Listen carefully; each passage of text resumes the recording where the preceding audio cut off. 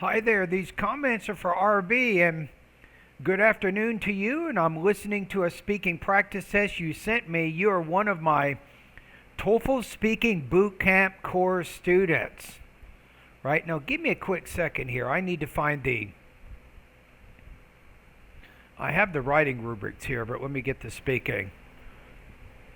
You can see that I use these a lot. Okay, so I have the rubrics. It might be an integrated task. I can't remember which one it was you sent me. Okay, let's listen to it. Okay, so the goal here is you're one of my online TOEFL students. So you emailed me the speaking practice test, and I'm going to give you feedback on it right now. The article announces that instead of using weekly newspaper, the university decides to send daily email to update campus news because it's more up-to-date, as well as emails are commonly used in daily lives. In the conversation, the woman totally agrees with this idea. Okay. For one thing, she mentions that the weekly newspaper is not efficient enough. Students can easily forget the schedule of some events, and they won't be able to know if the timetable changes in the last minute. Of some what now? So timetable, you had a little bit of trouble with the word stress with compound nouns.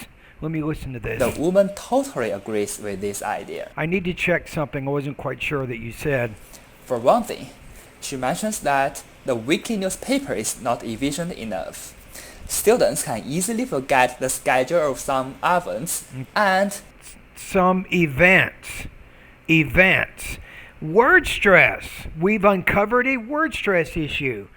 So in one case, it was word stress with a compound noun. In this case, it's word stress with event. So go to the pronunciation. Excuse me.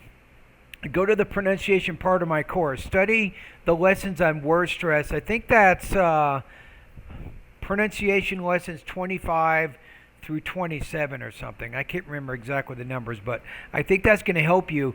So when you identify the primary stress, you have to make that stress syllable clearer, louder, longer, and higher pitched. And you've had two problems with that so far in this practice test. They won't be able to know if the timetable changes in the last if the timetable minute. Moreover, she also points out that they won't be able to know if the timetable has changed. I would probably use present perfect there. Everyone checks their mailbox every day, which makes this new method doable. Okay. Also, students will be very happy to check the message, especially when the daily menu of the cafeteria is included. So these are the two reasons why the woman likes this idea. Okay. Or she likes the proposal or the announcement. Something like that. Okay, let's go back to the actual rubrics. So I think just some slight delivery problems. It says meaning may be obscured. I have to say overall intelligibility not significantly affected. I think your meaning was obscured in maybe one or two places. I had to really pay attention to it.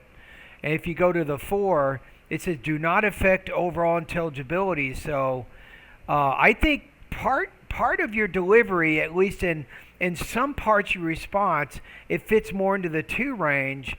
But everything else, your language use topic development's in the 4 range. So I'm going to put you at maybe, I'm going to say 23 to 25 points on this practice test. I think some of the problems with your intelligibility will be the reason why this would not score over 26 on the actual TOEFL exam. All right, thank you for doing this practice test.